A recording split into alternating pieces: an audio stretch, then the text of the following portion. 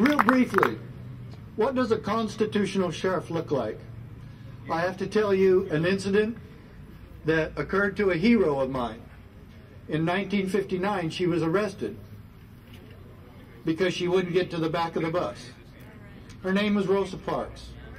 I always wanted to shake her hand before she died, and I didn't get that opportunity, but I honor her today because she stood against stupid laws. Stupid laws. Now when the bus driver stopped the bus and called on the payphone to the sheriff, a deputy came and arrested Rosa Parks, took her to the police station, took her to the sheriff's office, fingerprinted her, took her picture, and put her in jail. She was bailed out pretty soon afterwards, but anyway, she went to jail, not because of a tradition, but because of a law that even at that time was justified by our own United States Supreme Court. They were all wrong. The Supreme Court has been wrong lots of times. On mine, they were right. On this case, they were right. So we support about that. But this time on Rosa Parks' issues, they were totally wrong. But what would a constitutional sheriff do when that call came in? The sheriff would hear the call himself and say, "Deputy, I'm going to take this call," because he wants to set the proper example for all his deputies. So he goes and meets the bus driver over there on Elm Street, wherever it was, in Montgomery, Alabama. And he says, "Mrs. Parks, what's the problem here?" And she goes, "I'm not giving my seat. I can sit here. I have the right to sit here." And he goes, "Mrs. Parks, you're right." And he shakes her hand. And he says, "Do you mind if I sit next to you?" And he says, where are you getting off?" And she says, "Down here, about another couple of steps on Elm Street." He says, "Do you mind if I accompany you as you get off the bus to make sure you do so safely? Make sure nobody's throwing rocks. And on our way home, would you like to stop by the all-white restaurant and get a few burgers for you and your husband?"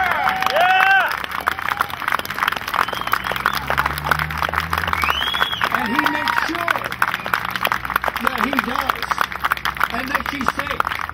And he takes her home, and he makes sure that she's safe. And why? He's violating the law? No. He violated a statute to uphold the law. The supreme law of the land. And a constitutional sheriff who keeps his oath of office, who is a real and true oath keeper, does exactly that. And then he goes to her home, and he shakes hands with Mr. Parks.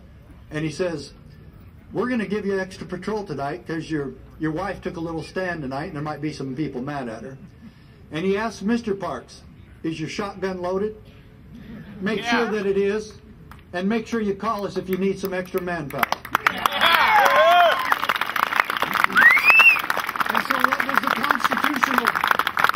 the constitutional officer do today?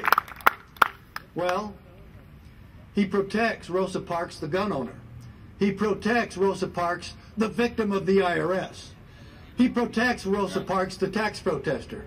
He protects and defends Rosa Parks, the medical marijuana person. And he protects people who simply want to be left alone. And he knows and understands that.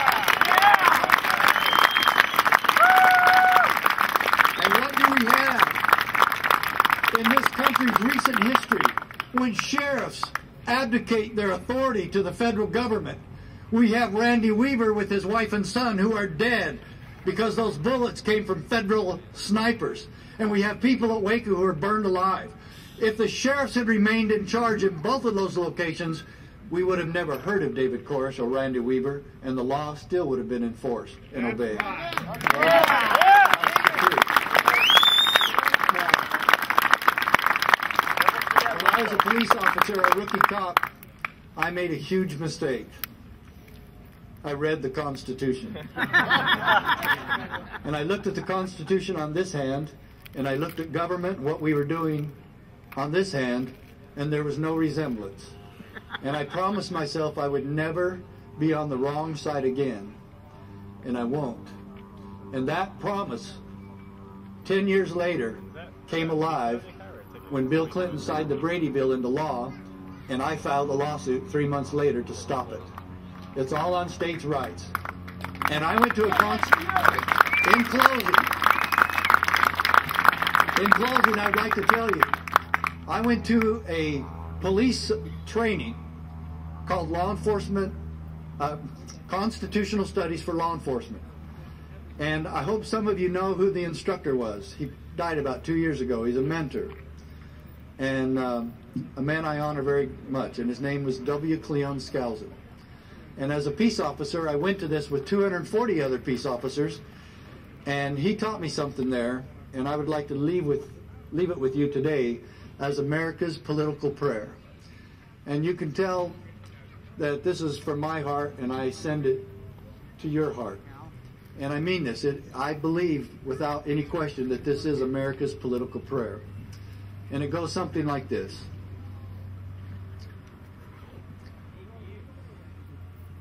We, the people of the United States, in order to form a more perfect union, establish justice, ensure domestic tranquility, provide for the common defense, promote the general welfare, and secure the blessings of liberty to ourselves and our posterity, do ordain and establish this Constitution for the United States of America. And that's the eagle. Long may she be free.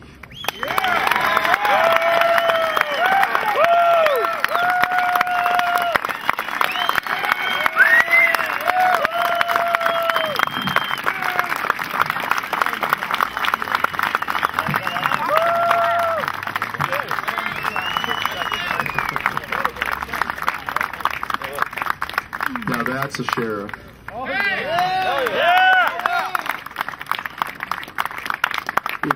If you folks join us afterwards, I'm going to have him tell you his own testimonial about how he first had his epiphany as a young deputy. It's really amazing.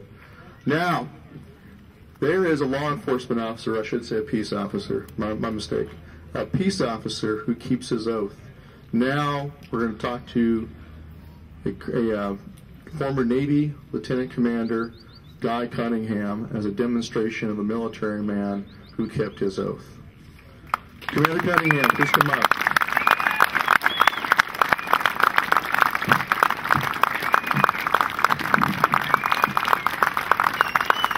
Thank you. I thank God that I was born an American. I thank God that I was born an American when I was born in 1953. I thank God that I was born into a family of Christian parents who raised me walking, not just talking, as Christians. I thank God that I received a Christian education, that the public education system at that time was based on Christianity. I thank God that I was motivated, that when I was growing up, I studied the Magna Carta. I said studied, not just read. That by the graduation from the 6th grade, I could quote over 100 scriptures from the Bible. I thank God that I studied the Declaration of Independence, that I studied the Constitution of the United States and was well versed in it by the 10th grade before I graduated from high school. I thank God that I felt a yearning to volunteer to serve my Constitution and my country when called upon in 1972.